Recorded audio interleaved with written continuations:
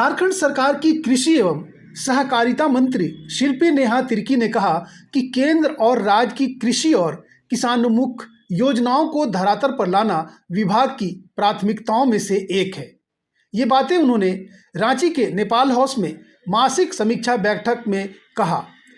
विभागीय मंत्री के अलावा संबंधित अधिकारी भी मौजूद थे। बैठक के दौरान योजनाओं के क्रियान्वयन में गति लाने और कई योजनाओं के विस्तार पर चर्चा हुई। पत्रकारों से बातचीत के दौरान विभागीय मंत्री शिल्पी नेहा तिर्की ने कहा, किसानों को आत्मनिर्भर बनाना विभाग का लक्ष्य है। उन्होंने कहा कि 100% किसानों को बीज ग्राम योजनाओं का लाभ दिलाया जाएगा। मंत्री ने बताया कि पहले चानों में फिर सभी प्रमंडलों में कृषि मेला का आयोजन होगा। उन्होंने कहा कि कृषि सिंचाई योजना का लाभ किसानों तक जल्द से जल्द पहुंचाया जाएगा। मंत्री ने बताया कि किसान अब 2400 रुपये में प्रति क्विंटल धान बेच सकेंगे। इसके अलावा मंत्री ने बिरसा ग्राम पाठशाला सब्जी में एमएसपी देने आदि कई महत्वपूर्ण बिंदुओं पर भी चर्चा की। चीजें जो पिछली बैठक में चर्चा हुई थी, उन्हीं का मेजरली हम लोग एक्शन टेकन रिपोर्ट में चर्चा कर रहे हैं और बहुत सारी चीजें हैं जो जमीन से जुड़ी हुई है, वो भी निकल के आ रही हैं। और हमारा मकसद है, हमारा उद्देश्य है कि आने वाले समय में ये राज्य को कैसे हम लोग कृषि के क्षेत्र में, पशुपालन के क्षेत्र में हम लोग आत्मनिर्भर बनाएं, उसी की ओर हम लोग काम कर रहे हैं। आज हम लोग हाल फिलहाल में आप लोगों ने देखा होगा कि हम लोगों ने 10 गांव के साथ बीज ग्राम के लिए एमओयू किया। मगर पूर्व में क्या हुआ था कि इसी तरह से बीज ग्राम थे, लगभग 10 बीज ग्राम, जो कि सही तरीके से संचालन नहीं होने के कारण फेलियर हो गया, क्योंकि हमारे पास उस समय मजबूत सीड कॉर्पोरेशन भी नहीं था और seed testing agency, certification agency भी नहीं। तो हम लोग चाहते हैं जो बेस्ट ऑफ बेस्ट स्टेट में जो कॉर्पोरेशन और सर्टिफिकेशन एजेंसी है, उसको हम लोग यहाँ पे झारखंड में भी स्थापित करें। स्थापित तो है मगर फंक्शनल उस आधार पे नहीं है। तो हम लोग चाहते हैं उस आधार पे हम लोग फंक्शनल करें, ताकि आने वाले समय में बीज के स्तर में भी हम लोग पूरे राज्य को आत्मनिर्भर बना सके और किसी और राज्य से हम लोगों को या कहीं और से बीज खरीदने की आवश्यकता ना पड़े।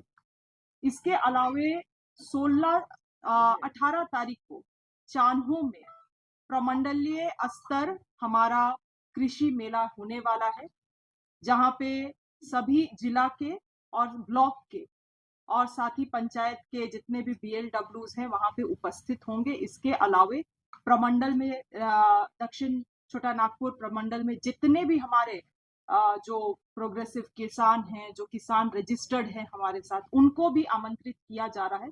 ये बहुत ही बड़े स्तर पे हम लोग करेंगे और मुझे लगता है इस तरह से हम लोग आगे जाके हर एक प्रमंडल में इस कार्यक्रम को अंजाम देने का काम करेंगे।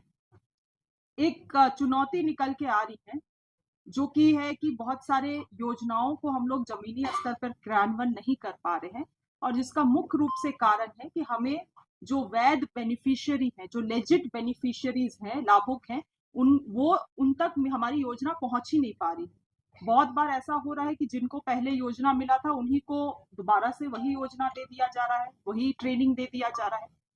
तो इसमें जो हमारे BLW, विलेज लेवल वर्कर्स, जो कि हमारे ही विभाग से उनकी नियुक्ति की गई है, आज उनको पेमेंट, सैलरी, सब चीज हमारे विभाग से मिलता है और उनको लेटर भी विभाग से जारी किया गया था कुछ महीनों पहले कि आपको केवल एग्रीकल्चर का काम टेकअप करना है। मगर आज आप देखेंगे ब्लॉक में आवास का काम BLW कर रहे हैं, मनरेगा का नापी वापी भी BLW कर रहे हैं, मतलब एग्रीकल्चर को छोड़ के सारे काम BLW कर रहे हैं।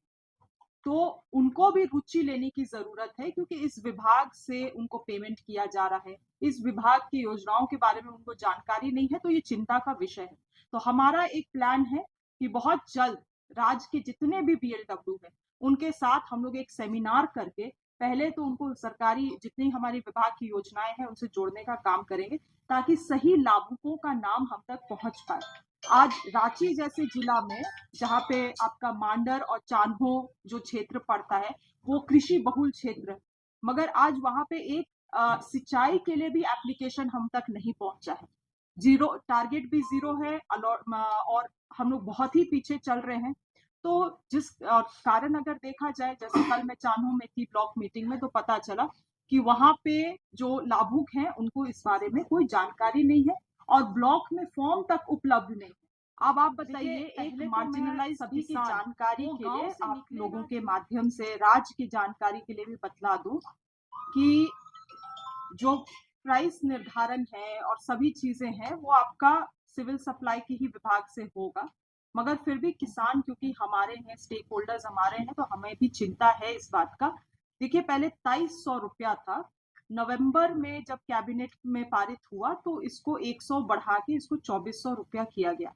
हम लोग इसको कह रहे हैं और आज के दिन में हमारे संगठन के आदरणीय राहुल गांधी जी लगातार एमएसपी के बारे में बात करते हैं, स्वामीनाथन जी का जो रिपोर्ट है उसको लागू करने की बात करते हैं। मुझे लगता है कांग्रेस पार्टी से ज्यादा कोई इसके लिए बारे में चिंतित नहीं है आज के दिन में। मगर आप लोगों को जानकारी होना चाहिए कि सरकार को गठन हुए मुझे लगता है मात्र 1 महीना या 1.5 महीना होता है। वैसे हालात में बहुत सारी चीजों को सिस्टम में लाने में समय लगता है। आपको बजट अलॉटमेंट करना पड़ता है, वो बजट पारित होता है विधानसभा से, उसके बाद उसको आपको एग्जीक्यूट करना पड़ता है। तो सिस्टम है, प्रक्रिया है, और मुझे लगता है इस बार जो हमारा इतना मजबूत सरकार गठन हुआ है तो काफी स्टेबल भी हम लोग रहेंगे और इसको निश्चित रूप से लागू करेंगे। मगर धीरे धीरे, हम लोग एक बड़ा कोई छलांग मारने के लिए नहीं आए हैं, हम लोग एक सस्टेनेबल सिस्टम बनाना चाहते हैं, सस्टेनेबल चीजों को लागू करना चाहते हैं, और इसके लिए आप लोगों की भी आवश्यकता है ताकि सही न्यूज को आप लोगों तक, जनता तक पहुंचा सके। नहीं तो कुछ विपक्ष केवल अपना राजनीति रोटी सेकने के लिए ये सब जो सवाल करते हैं कि 3200 रुपया कब मिलेगा, 3200, ये वो लोग हैं जिनके राज्य में क्या हालत है आज के दिन में, आप खुद देख रहे हैं। वहां पे एमएसपी 2300 भी उससे भी कम मिल रहा है। तो ऐसे लोगों को पहले अपने गिरेबान में झांकना चाहिए। हम लोगों से सवाल बाद में करें, या कुछ 2300 भी उससे भी कम मिल रहा है। तो ऐसे लोगों को पहले अपने गिरेबान में झांकना चाहिए। हम लोगों से सवाल बाद में करें या कुछ समय दें उसके बाद। इससे ज्यादा तो मैं आपको अगर बताऊं तो बहुत कुछ अच्छी योजनाएं हैं जो सरकार के द्वारा कृषि पशुपालन में चलाई जा रही है, मगर उसका क्रियान्वयन सही तरीके से नहीं होने के कारण आज वो हम उसके बारे में कुछ ज्यादा ब्रैग नहीं कर सकते हैं, बड़ाई नहीं कर सकते हैं, सरकार उसको शोकेस नहीं कर सकती है। तो मैं चाह रही हूँ कि उन एग्जिस्टिंग योजनाओं में कुछ सर्कुलर के माध्यम से बदलाव लाया जा सके ताकि उन योजनाओं को हम लोग सही तरीके से क्रियान्वयन कर सके। और मेरा ध्यान विशेष रूप से इसमें है कि आज जो अधिक से अधिक लोग पलायन कर रहे हैं, अगर मैं आपको जो बतला रही हूँ, जितनी भी योजनाएं अगर उसको हम लोग सही तरीके से अगर चालू कर देते, आम जो सर्कुलर में लिखा हुआ है, जो राज्यादेश में लिखा हुआ है, एमओयू में लिखा हुआ है, वर्ड बाय वर्ड अगर उसको एजेंसी फॉलो करती तो आज लोगों को यहाँ पे पलायन करने का आवश्यकता नहीं पड़ता। एक बिरसा ग्राम योजना है, बिरसा ग्राम पाठशाला योजना, हमारे मुख्यमंत्री के लिए, वो एक हमारे मुख्यमंत्री जी के लिए बहुत ही अहम योजना है इस राज्य के लिए। उसमें इतना सुंदर राज्य आदेश डिजाइन किया गया है कि वहां के लोगों को ट्रेनिंग देना है, वहां के किसानों को मार्केट से जोड़ना है, मगर केवल और केवल कागज में। तो मैं चाहती हूँ कि जो चीज है हमारे सामने, जो मेरे थाल में जो पहले है, उसको मैं खत्म कर पाऊं, उसको मैं पहले डाइजेस्ट कर लूं, उसके बाद हम लोग नई चीजों को जरूर लाएं। वास्तविक स्थिति क्या है? क्या आपके अधिकारी सरकार की कल्याणकारी योजनाओं के प्रति संवेदनशील हो रहे हैं? ऐसा आपको महसूस हो रहा है? मैं इसको इसी तरह से देखती हूँ कि हम लोग 5 साल के लिए आते हैं और ये अधिकारी 60 साल का सर्टिफिकेट लेकर आते हैं, और बहुत सारी चीजों में इनको घुमाने का भी बहुत अच्छा एक्सपीरियंस रहता है।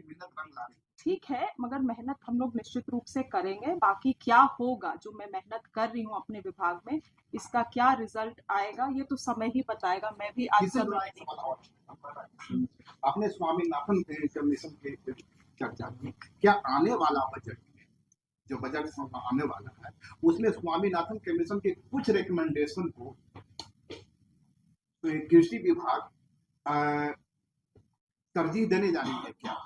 ठीक है, मैं एक बात इसमें थोड़ा सा हटके आपको बताना चाहूंगी कि अभी क्या हो रहा है कि धान के लिए तो हम लोग एमएसपी दे रहे हैं। आने वाले समय में हम लोग कोशिश करने की प्रयास कर रहे हैं कि जो बहुत मुख्य वेजिटेबल्स है, क्योंकि हमारा बहुत सारा झारखंड में बहुत सारी जगह से बहुत सारा सब्जियां निकलता है जो दूसरे राज्य भी जाता है।